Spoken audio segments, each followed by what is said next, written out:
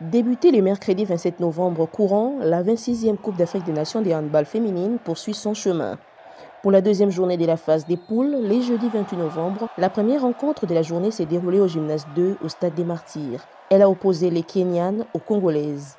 Après une défaite face à l'Égypte, lors de la première journée de la phase des groupes de la CAN féminine de handball, les Congolaises ont signé leur première victoire en battant les Kenyas 37-20. Au-dessus de leur adversaire du jour, elles n'ont pas eu à trop s'employer pour creuser l'écart au fil des minutes pour s'imposer avec une nette avance au tableau d'affichage. Avec cette victoire, les Congos marquent ses 2 premiers points dans les groupes A, alors que les Kenyas pointent à la dernière place avec 2 défaites en autant des matchs.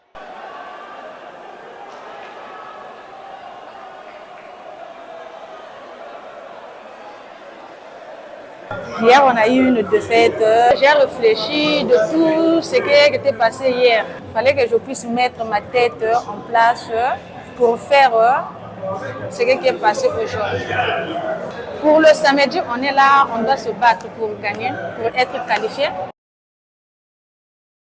Après avoir surclassé les Kenyans en ouverture de la compétition, les Lions ont encore réussi à s'imposer face au Cap-Vert 37-22, c'est jeudi 28 novembre, lors de la deuxième journée de la CAN féminine de handball au gymnase 1 du Stade des Martyrs. Après avoir dominé l'entame du match, les coéquipières des Dounou Camara ont concrétisé pratiquement toutes leurs opportunités, ce qui leur a permis d'avoir un avantage important à la pause avec 6 buts d'avance, soit 17-11. Les Lions ont poursuivi leur festival offensif à la reprise afin de se mettre à l'abri dans un match parfaitement maîtrisé, même si les Capverdiennes ont bien réagi, mais la marche était trop haute pour elles.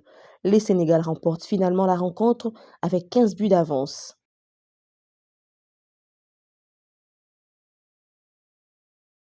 Donc voilà, il fallait rester concentré, il fallait qu'on continue à avoir, comme il dit, cet esprit collectif, venir jouer en souriant, parce qu'aujourd'hui, c'est notre marque de fabrique au Sénégal d'avoir cet état d'esprit. Et c'est vrai que d'être entouré de joueuses qui sont aussi joyeuses et un staff qui compte beaucoup sur nous, ça aide aussi dans ces moments un peu difficiles, qu'on soit malade ou pas, ou moins en forme, à performer dans de bonnes conditions et de rester soudé et de rester très concentré. Moi, je sens que l'équipe n'est pas d'accord avec ça. Je crois qu'on est dans le match, mais c'est vrai qu'on a perdu un peu de différence de but, mais je crois qu'on est dans nos matchs.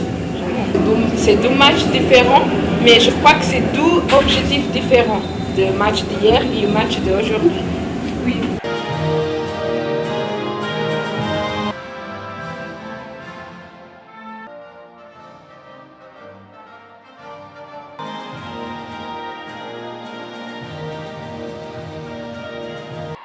Dans une autre rencontre, les Pharaons ont affirmé leur supériorité lors de ces matchs en alliant une défense intraitable et une attaque précise. Cette victoire est une démonstration de leur ambition dans cette CAN. L'équipe a signé un nouveau succès, cette fois-ci devant l'Algérie 28-19. Face à un adversaire qui a tenu tête lors du premier acte, les Égyptiennes ont haussé leur niveau après la pause pour prendre les larges au tableau d'affichage et signer une victoire confortable qui leur permet de rejoindre le Sénégal en tête de la poule A. Égypte-Sénégal, ce sera d'ailleurs l'affiche de la 3e journée dans ces groupes A samedi.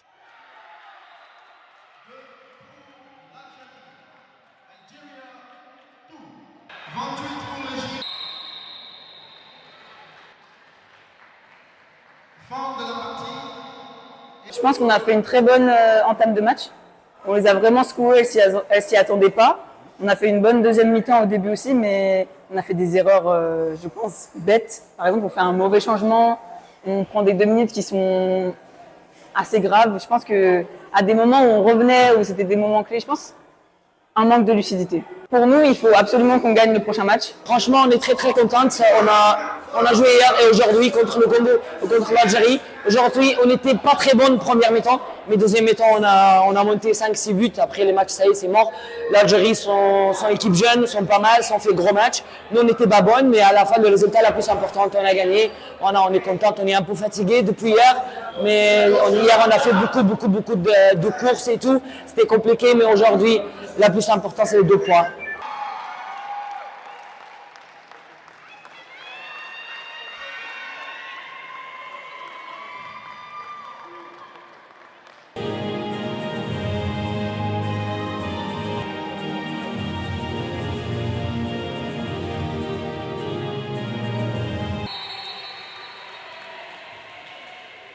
Un nul qui n'arrange personne. Après une défaite, lors de leur premier match à cette CAN, la Guinée et la Tunisie s'affrontaient ce jeudi pour les comptes de la deuxième journée dans le groupe B. Une rencontre qui a finalement accouché des matchs nuls 28-28, guinéennes et tunisiennes ne parvenant pas à prendre le dessus avec, à la clé, un score de 14-14 dans les deux périodes. Avec ces résultats, les deux équipes prennent chacune un point, leur premier dans les tournois, et pointent aux 4e et 5e places.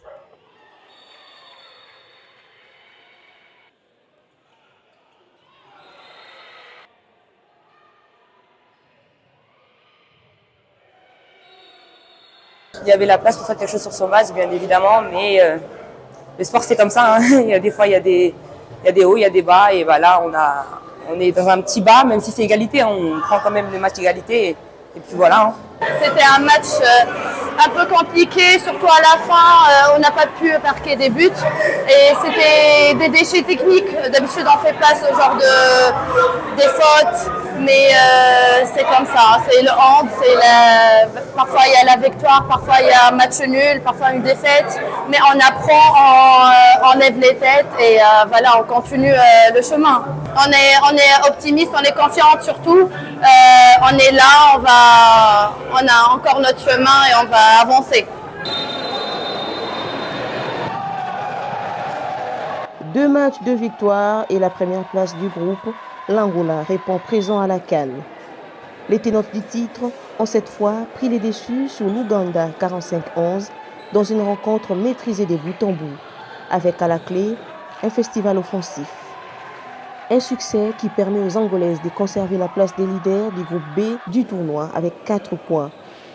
De son côté, l'Ouganda ferme la marche toujours sans les moindres points.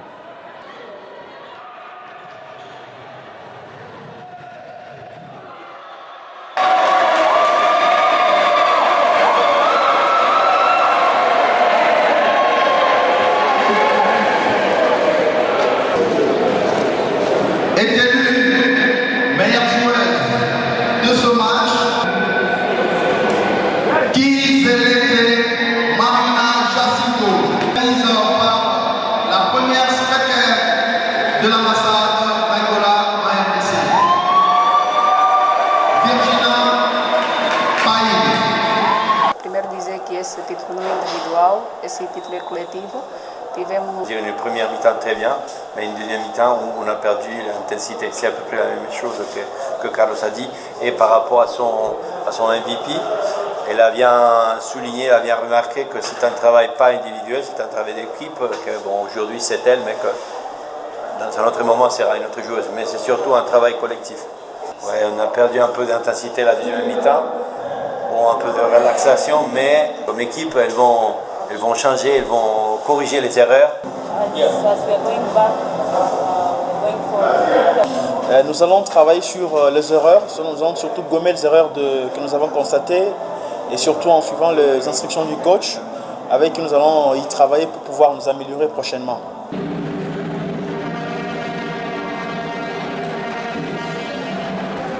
Pour leur deuxième match de cette 26e édition de la CAN, les Léopards dames de la RDC ont été battus de justesse 23-25 par les Lions indomptables du Cameroun dans une rencontre pleine de suspense qui a tenu en haleine jusqu'à la dernière minute. Les Congolaises avaient pourtant pris l'avantage en première période, menant d'un petit point 13-12. Cependant, en seconde période, elles n'ont pas su résister à la pression d'une équipe camerounaise plus réactive et déterminée. Les principales bémols côté congolais résident dans leur inefficacité devant les buts. Les Léopards ont manqué plusieurs occasions franches pendant leur moment fort. En revanche, les Cameroun s'est montré plus réaliste et opportuniste, exploitant chaque chance qui s'est présentée tout en évitant d'encaisser des buts. On n'a pas pris de bonnes décisions. On savait que le Cameroun, c'est une équipe qui est très physique, qui vont beaucoup taper en défense. Ça, on était au courant. Après, on trouvait quand même des solutions. Mais voilà, c'est au niveau des tirs, on n'a pas trouvé les bons choix de tir. On a beaucoup raté. Hein. On a fait le compte, on a beaucoup raté de tirs. Donc voilà, au final, on perd que 2 buts en faisant un très mauvais match. Donc la suite, comment voulons? La suite, là franchement, il faudra tout gagner. Et pour cela, on va tout donner. J'ai l'impression qu'on n'a pas était assez tranchante. Les Camerounaises, on sait que c'est une équipe qui est dure, qui est motivée, qui donne tout sur le terrain. Et je pense qu'à certains moments, on les a trop laissées s'installer pendant la partie, à des moments importants où nous, justement, on n'a pas su répondre au niveau de ce qu'elles ont répondu. Nous avons préparé ce match avec beaucoup de sérieux. Nous savons que ça n'allait pas être un match facile. Du coup, nous l'avons commencé avec beaucoup de concentration, d'envie et surtout de détermination.